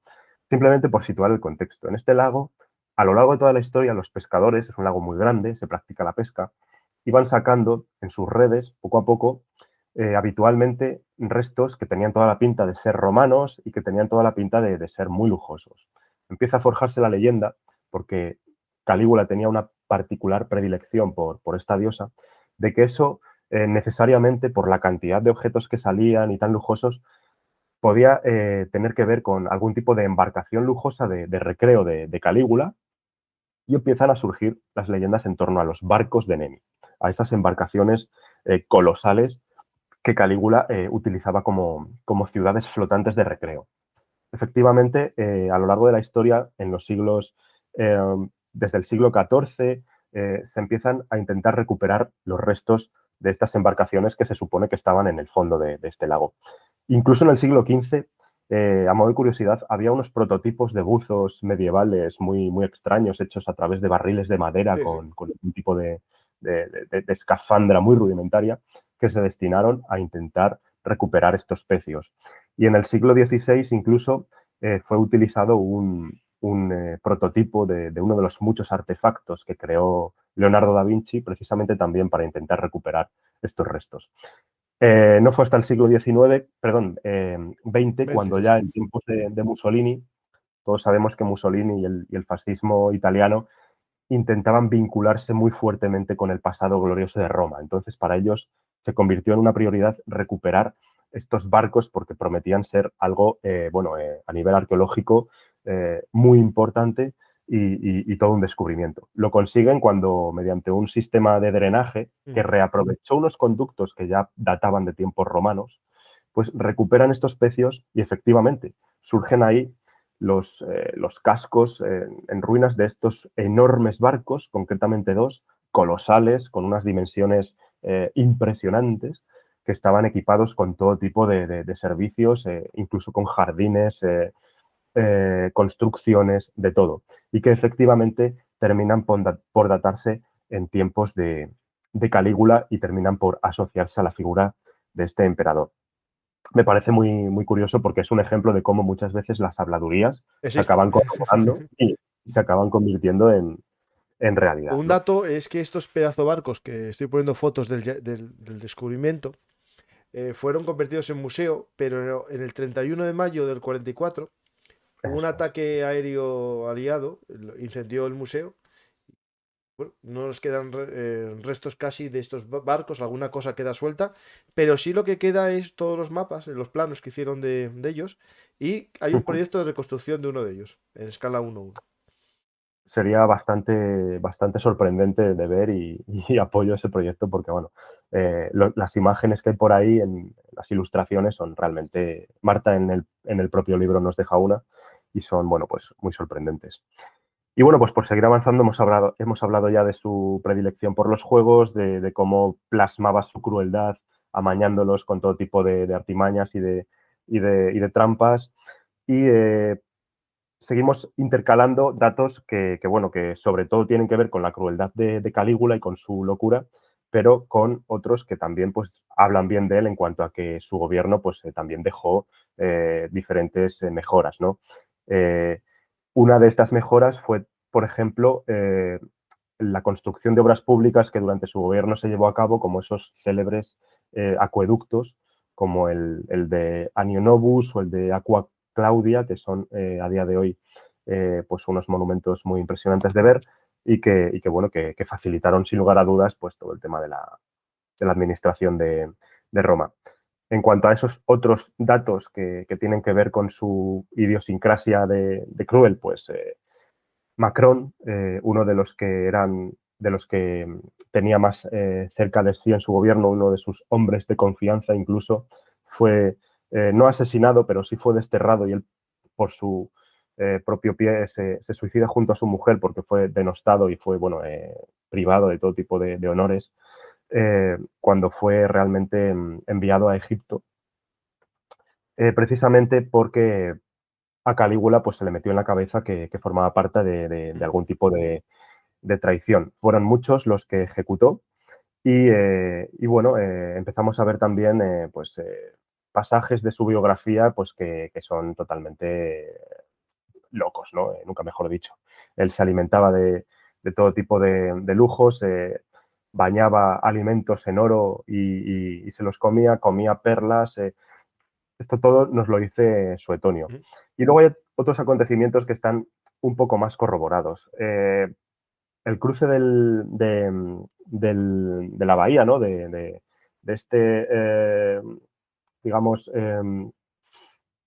este cruce que quiso convertir en ceremonia, que quiso convertir en un acontecimiento muy célebre, que fue el pasar de Pozzuoli a Bayas, atravesando un puente que hizo construir con barcazas de madera, con todas las barcazas que se destinaban al transporte de los, sobre todo, cereales que en esta zona de Italia tanta importancia tenían a nivel económico, pues los destina a construir un puente entre estos dos puntos, un puente que tenía unas 3 millas de longitud, y lo cruza a caballo, ataviado nada menos que con la coraza del propio Alejandro Magno, que había ordenado recuperar de su tumba, hoy en paradero desconocido, supone que en Alejandría, ¿no? Una acción que parece bastante inexplicable y que, bueno, las diferentes hipótesis de la historiografía nos presentan pues como que pudo haber querido emular el famoso cruce del Helesponto Claro. que había hecho Jerjes I tantos años antes, pero que este era la mitad de largo, cuando había cruzado durante sus campañas el Helesponto, ¿no? Para de alguna manera presentarse como superior y como mejor que este rey persa.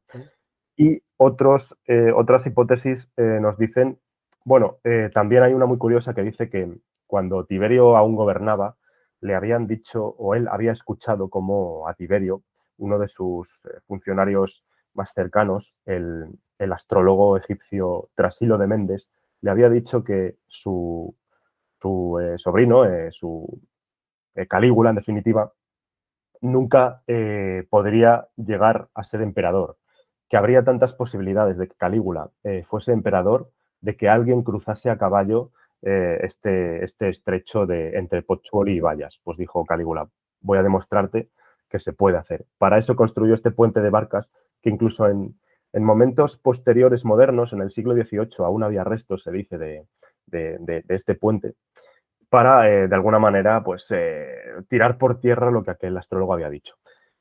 Tal fue el caprichito del emperador que al destinar todas las barcazas de ese puerto a construir este puente, pues se vio afectado el transporte de cereales Claro, claro. y, como decía antes, se generó una crisis en torno a ello.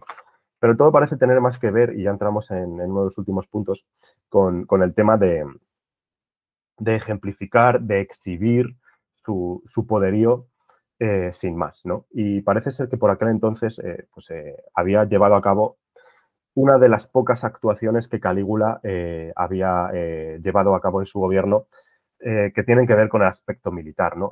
No podemos citar mucho de este ámbito, porque Calígula tampoco se dedicó demasiado al tema pues de la expansión, de las campañas militares y demás. Pero parece ser que quería exhibir ese poder para, de alguna manera, amedrentar a sus enemigos en las fronteras a las cuales llegó a dirigirse.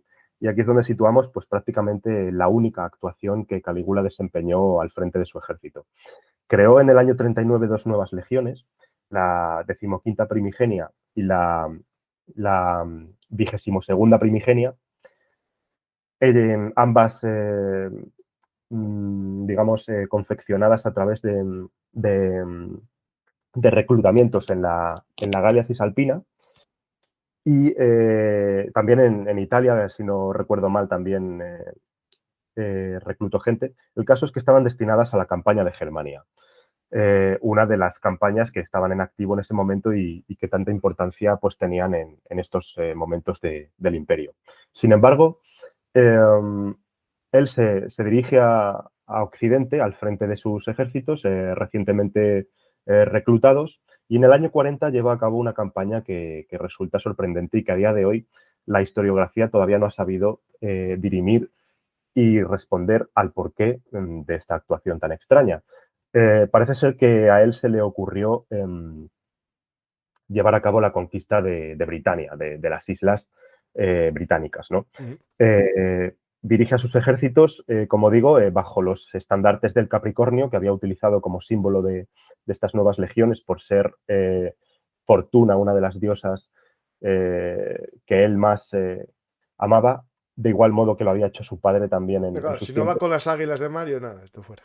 En este caso fueron los Capricornios, y se dirige al Canal de la Mancha, pero no llega a efectuar su campaña y se da la vuelta. Bueno, hay diferentes hipótesis del por qué. La más plausible sería pues, pensar que sencillamente fue una campaña de exploración, de tantear el terreno y de ir de alguna manera organizando posteriores campañas que se llevaría a cabo, pero que en este caso nunca llegarían a producirse. Pero claro, aquí, según una vez más Suetonio, pues se produce un acontecimiento propio de un loco. Se dice que a estas dos legiones Calígula ordena que se enfrenten al mar, al Efectivamente, océano sí, sí. como tal. O Como no sea, pueden cruzar, declaran la guerra al mar, claro, justo, sí, sí. exactamente, que se dediquen a dar espadazos a las propias olas de la playa, pues para enfrentarse físicamente a ese mar que les impide el paso. Y luego está este tema de cómo ordena que se pongan a recoger conchas de la playa, algo que también ha sido interpretado de muy diferentes maneras por los muchos historiadores y las muchas fuentes que nos hablan de ello. Unos dicen que esto podría responder a que, a que eran, digamos, maneras de hablar, ¿no? Y que los legionarios acudieron a prostíbulos de la zona y esas conchas, ¿no? Ujú. Serían realmente lo que realmente fueron a buscar, y otros que dicen que no, que es literal y que en una de las muchas locuras de Calígula, pues se le ocurrió que podían ponerse a recoger conchas Mira, y ahí ordenó tengo que. bueno, un grabado que muestra algo similar. En la cultura, no sé si fue asiria o mesopotámica, o Ujú, persa, creo que fueron los persas, también tenían lo de azotar al mar, era un acto simbólico. Previo a un ujú, cruce o previo a una operación marina, ujú. también hacían este símbolo de golpear el mar. Hay un grabado aquí Ah, pues de... mira, esto no lo sabía yo. Sí, Ujú. sí. Qué curioso. Es un tema que a veces buscamos un sinsentido y a lo mejor tiene un sentido simbólico. Es decir, Ujú. Bueno, pues ya hay que por el. recordar que este hombre tiene mucho de orientalizante en su concepción. A lo Sí, mejor tiene esas influencias. exactamente. Y ya por terminar un poco con los últimos momentos de esta biografía de Calígula, en la que estamos repasando continuamente, sobre todo, pues estos episodios más relacionados con su crueldad y con su manera tan extraña de actuar, pues citar, por ejemplo, cómo dio muerte, o bueno, ordenó la ejecución de Ptolomeo, rey de Mauritania, cuando le había invitado pues a un banquete en Roma. Eh, de nuevo, un episodio que las fuentes nos plantean de diferente manera. Unos dicen que era una ejecución que estaba rigurosamente planteada, que pretendía con ello pues, liberarse también de un supuesto opositor o estabilizar la zona, en esta provincia, en, en esta área que estaba pues realmente muy tumultuosa. Y otros dicen que sencillamente se presentó este Ptolomeo en uno de los juegos a los que fue invitado con una ostentosa y muy rica túnica púrpura que rivalizaba con sus propios trajes y bueno, en un ataque de envidia ordenó que en ese momento le dieran muerte, ¿no? Bueno, parece ser o es un ejemplo más de cómo se pueden exagerar las cosas. Y bueno, hemos hablado ya también un poco de su caballo Incitatus, del cual Aquí veo que decía... dice Plutarco. Plutarco ¿Sí? no dice que lo nombrase senador. Ujú. Plutarco no, Suetonio, perdona. Dice lo siguiente. Quería tanto a un caballo que tenía llamado Incitatus que la víspera de las carreras del circo mandaba soldados a imponer silencio en la vecindad, para que nadie turbase el descanso. Hizo construirle una caballeriza de mármol, un pesebre de marfil, mantas de púrpura y collares de perlas. Le dio casa completa, con esclavos, muebles y todo lo necesario, para que aquellos a quienes en su nombre invitaba a comer con él recibiesen magnífico trato. Y hasta se dice que le destinaba al consulado. O sea, no, aquí Suetonio no se moja, dice, hasta se dice. Claro, claro. Lo otro, esto es verdad, lo del consulado Sí, no está claro. pues sí, era uno de los últimos datos que quería aportar acerca de las excentricidades de Calígula, ¿no? Todo el tema de cómo trataba su caballo y demás. Lo que estaba claro es que era un auténtico obsesionado, en este caso de manera sana, del deporte y de todo tipo de actividades que tuvieran que ver con los caballos. Y él tenía pues a su favorito y bueno, hasta el punto de que fueron muchos los ejecutados, se dice, que osaron levantar la voz en esas noches previas a las carreras de Incitatus, que tenía que descansar y bueno, e incluso aurigas bueno, y jinetes que tenían la osadía de vencerle a su Joder, hay caballo que, hay que favorito, tenerlos bien puestos. que pues al final también fueron, eh, digamos, eliminados, ¿no? Y ya por último, pues hemos hablado también un poco de cómo se hizo Dios, de cómo incluso orquestó un sacerdocio a su figura y demás, que es quizás el culmen, ¿no? de las excentricidades de Calígula. Pues me gustaría simplemente mencionar un poco eh, las diferentes hipótesis que decíamos antes, o explicaciones o justificaciones que los propios autores clásicos ya en sus momentos intentaban Mm.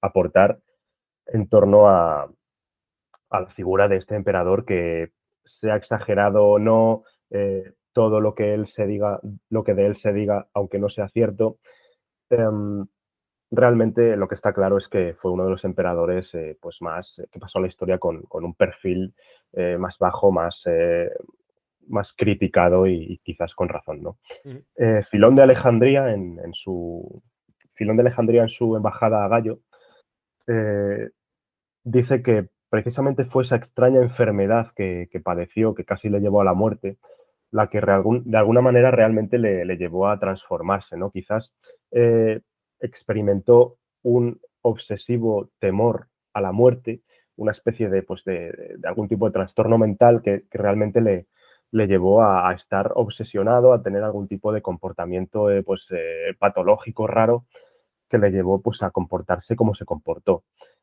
Por otro lado, Séneca el joven, en su obra de la constancia del sabio, dice que puede deberse a esos enormes complejos que él tenía, ¿no? Que antes mencionábamos, que también podrían haber generado pues, algún tipo de patología o de enfermedad obsesiva que, que unido al extenso poder que tenía bajo su figura, pues le llevó a realmente a comportarse como lo hizo.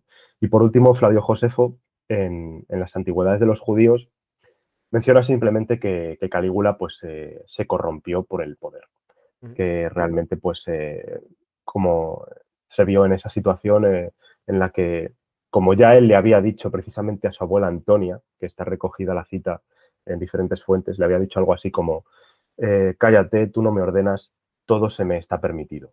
Pues a partir de ahí quizás se fue perfilándose como un déspota, como una persona tirana y como bueno, alguien que realmente pues descuidó las acciones que tenía por las que se tenía que preocupar y, bueno, se entregó a todo tipo de vicios, a todo tipo de tropelías y de excentricidades. Después Hasta que también otras, finalmente... claro, médicamente a lo mejor se vincula todo a esa enfermedad que tuvo inicial, que pudo hacer Ujú. daños, bueno, claro, cerebro. Hablan de la Bullnut-Sacker, que es la epilepsia que era habitual en la familia Julio Claudia.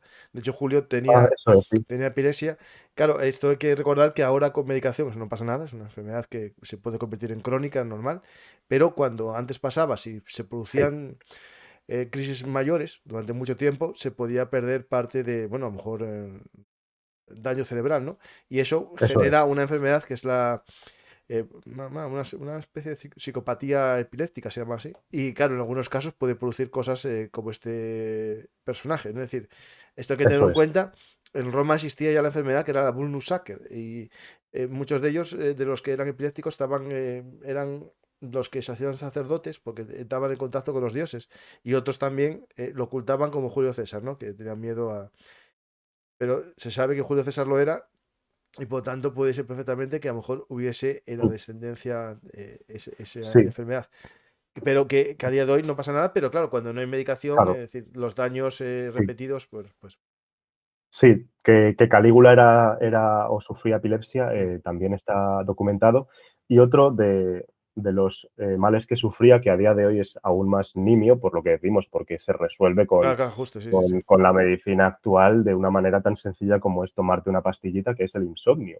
Mm. Que eso Se también dice puede que Calígula, producir daños porque si no duermes el cerebro eso no es, descansa y se producen más problemas sí, mentales, que es lógico. totalmente, sí. Mm. Al parecer Calígula, a Calígula le pasaba esto. Estaba largas temporadas sin dormir prácticamente nada y bueno, eso afectó a la larga también pues a Y eso su con abusos de alcohol y con las mentalidad. demás cosas, claro, eso se genera ya la bomba atómica, Y y unido al unido por poder sin último, límites, claro.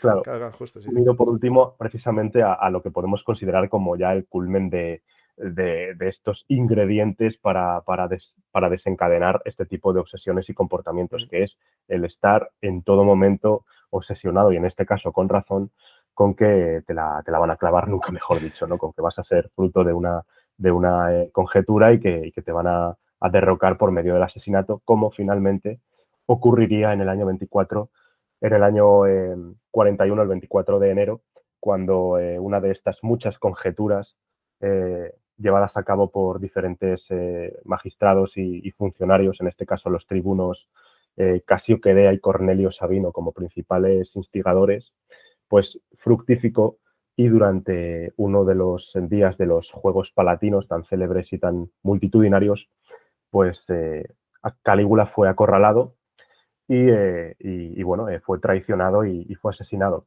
Nada pudieron hacer por él los que en este momento eran los únicos que seguían fieles a su emperador, que eran su guardia personal, reclutada por sus queridos germanos, Mm.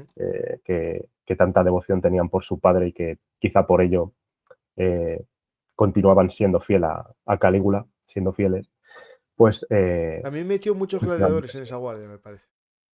Ujú. Esto ocurre, ya digo, durante uno de estos días de los Juegos. Se dice que el propio Menester estaba por ahí actuando y que incluso en este momento Calígula se dirigía a ver la función de unos actores eh, africanos que iban a representar lo que era una especie de infierno o algo así. Mm. Y por eso se dice que, bueno, que Calígula pues vio su fin en ese contexto infernal que tanto había propiciado él con sus atrocidades, ¿no? En sus momentos de gobierno. Pues misión cumplida, ya logramos hablar de Calígula sin volvernos locos. Eh, Sí, no, a ver, es un personaje que tiene muchísimo más, es un personaje del cual se han pero paso hay escrito que leer tu libro, claro, claro. A ver, biografías. hay que leer el capítulo y que después nos pueda servir de base para profundizar más. Sí, no, pero aparte es eso, que quizás no es un personaje del cual se puede decir mucho a nivel, se puede decir mucho, por supuesto, pero no destaca quizás tanto por el análisis del gobierno, porque, bueno, quizás en ese aspecto es más reducido el contenido, pero tiene mucho, sobre todo, pues por lo que por lo que inspira, ¿no? Por este continuo debate acerca de si realmente fue tan malo como se le plantea, si su figura fue realmente exagerada con ciertas motivaciones. Bueno, en cualquier caso, las biografías de Cayo de Calígula son realmente apasionantes. Hay muchas de ellas realmente que profundizan muchísimo en su figura y nos hablan de un montón de cosas. Es un momento del Alto Imperio apasionante con estos primeros coletazos de las dinastías Julio-Claudia, posteriormente la Flavia, la Antonina y demás, bueno, que son momentos muy interesantes de la historia de Roma, donde hay muchos altibajos, donde hay momentos muy prósperos, donde hay otros bueno, son caídas en picado hacia las crisis más profundas y bueno, y salpicados por estas cronologías, pues tenemos a personajes como Calígula que bueno, eh, realmente son muy extravagantes como Sí, poco. sí. Es un buen término. Ahora, mira, para finalizar, voy a puntualizar una cosa que antes comenté. Es el tema de la guerra al mar, ¿no? Aquí tenemos una foto de la película Calígula en la que está sentado escuchando por un caracol de mar, el mar, ¿no? Y está ahí esa guerra al mar, ¿no? Un símbolo. Ujú. La idea que te decía antes es que Jerjes primero también tuvo un deseo de cruzar el estrecho de Bosforo, ¿no? El mar Mara. Y como no pudo, simbólicamente mandó a sus tropas golpear al mar, declarar la Ujú. guerra al mar. Y posteriormente, otro rey, Canuto, no, a lo mejor se había fumado algo de eso también, eh, mandó también al mar pararse ante el avance que estaba llevando hacia su campamento. Es decir, no es el único este hombre. Mm, Yo entiendo que son actos simbólicos de desesperación. Y también claro. símbolo de que cuando alguien se cree superpoderoso, ¿no? Y no puede entender en su mente que el mar no lo pueda dominar, ¿no? Es decir, si yo puedo dominar todos los hombres, puedo dominar la naturaleza, ¿no? Es el acto mayor de soberbia. El Ujú. deseo del hombre de creer que controla la naturaleza o que puede destruir la naturaleza. Y eso es muy importante, ¿no? Es decir, el hombre podrá hacer lo que quiera, pero la naturaleza va a existir, sea de otra Exactamente. manera o no, sin nosotros, ¿no? Y eso Ujú. es muy importante con estos tres personajes, ¿no? Que quisieron declarar la guerra al mar. Al mar se le puede llegar a entender o tal, pero como dice un marinero, ¿no? La mar es caprichosa, ¿no? Pues algo parecido. Exactamente. Bueno, pero bueno, no fue el único. Yo no sabía estos datos Sí, y sí, bueno. sí, Canuto y Jerjes, sí, sí. Ujú. Pues cosas de la historia, siempre aprendemos un poco y espero que el público que está ahora en diferido este programa voy a descansar ese jueves. Bueno, seguro que digo que descanso y me lié por la tarde y hice otro programa por la tarde, pero el día que emitimos el programa no hay chat, por lo tanto, el que quiera hacer preguntas que las deje ahora en los comentarios y Edu o yo vamos a ir respondiendo las preguntas. A la gente le animo a leer tu libro Crueles, que vamos a ir sacando crueles de la historia para comprenderlos. Ya tenemos varios programas sobre Black Tepes, sobre Iván el Terrible, Sennacherib y también. Ahí se me acaba de ir el que hiciste con David. Espera. Ahí, mira, como no lo hice yo, se me acaba de olvidar. Tamerlán. El Tamerlán, el de las estepas, justo. Pues tenemos varios y el que quiera que los busque en la biblioteca y fonoteca de Belum Artis y disfrute de esta historia. No de los crueles, pero sí con ellos. Pues muchas gracias, Edu. Si tienes algo que decir al público como despedida. No, simplemente pues eso, que son biografías que repasamos muy rápido, que tienen muchísimo más de lo que hemos dicho, por supuesto, y que, bueno, que sirvan, pues, como lo que dices, como acercamiento y como sistema para despertar la curiosidad y que todo el que quiera, pues, pueda continuar investigando por su cuenta. Mm. Pues yo recomiendo, aparte del libro de Crueles, que lo leí, lo tengo por aquí, pero no lo encuentro con tantos libros. Justo tenía detrás de mí el de los 12 César de Suetonio, que lo leí ya hace muchos años, ya está amarillento ya el papelucho. No sé si es que amarilla más de lo normal por la calidad del papel, pero está ya como si fuese del 85, que es. Este debe comprar el 90 y algo de segunda mano. Y después recomiendo un libro que tiene que ver con toda esta historia, porque si hablamos de los 12 Césares, ¿por qué llegaron a ser Césares? Gracias en parte a que Julio César es el sobrino político de Cayo Mario, el tercer fundador de Roma. Y si no llega a ser el sobrino de Cayo Mario, pues hubiese pasado desapercibido, mejor, en la historia como un abogaducho más que estaba en el foro intentando ser abogado, ¿no? Pues Ujú. os invito a leer Cayo Mario, tercer fundador de Roma, y también Crueles, por supuesto. El que lo quiera firmado por el autor, pues ahí está, los dos, justo, ahí.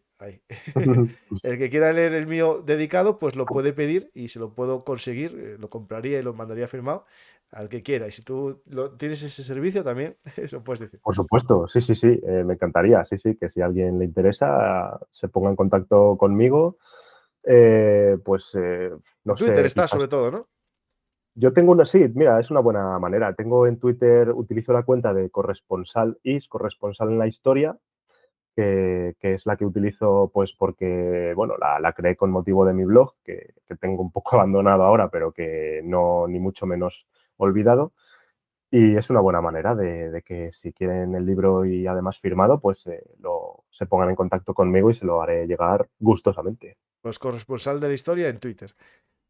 Y Edu Cabrero, aquí en Melon Artis y en todos sitios. Pues muchas gracias, Edu. Todo un placer aprender contigo. Interrumpirte en algún Igualmente. momento, que siempre hay que hacerlo, que si no, la gente ya no Sí, sí, por me. supuesto. Mis haters no tienen que decir nada si me estoy callado. No, no, Pero, no, que pero si me estoy callado, no sería una historia hablada, sería una charla de estas de PowerPoint, que están bien, exactamente, pero prefiero hablar, interactuar, enriquecernos mutuamente y si estamos en eso es, directos, con el público. exactamente. Pues Un placer para mí. muchas gracias también y nos despedimos ya de todos. Espero que hayáis disfrutado de esta historia hablada enlatada, en diferido. Y nada más, muchas gracias a todos los que veáis el programa. Espero que deis a me gusta, dejéis un comentario y si sois nuevos os suscribáis al canal. También os podéis escuchar en otros formatos como en podcast, en iVoox. Y ahora estoy en Spotify también, que sirve de conexión a iVoox. Pues muchas gracias a todos. Espero que disfrutéis de nuestras historias habladas y sobre todo de la historia, ¿no? Que nos enriquezcamos juntos aprendiendo. Y yo creo que la máxima de mi blog, ¿no? Que tengo un poco abandonado también como Edu el suyo, cuando lo creé era divulgar la historia para demostrar que es divertida y que es muy importante aprender del pasado. A través de estas plataformas de audio y vídeo se puede llegar a más gente que mientras trabajan, mientras hacen las labores del hogar, ¿no? El plancha, cocina, lo que sea. Escuchan historia y aprenden. Si es así, daros las gracias y disfrutáis de la historia conmigo y sobre todo divulgarla, contarlo a los demás. No solamente que existe Belugarte, sino que la historia es muy divertida y que es vital entender el pasado para comprender el futuro. Muchas gracias a todos y hasta la próxima historia hablada con Belun Artis Historia Militar. Ya sabéis, nos podéis invitar un café, una cervecita o un sándwich en los sistemas de Patreon, PayPal, Bizum y en lo que queráis. Muchas gracias a todos y hasta la próxima historia hablada.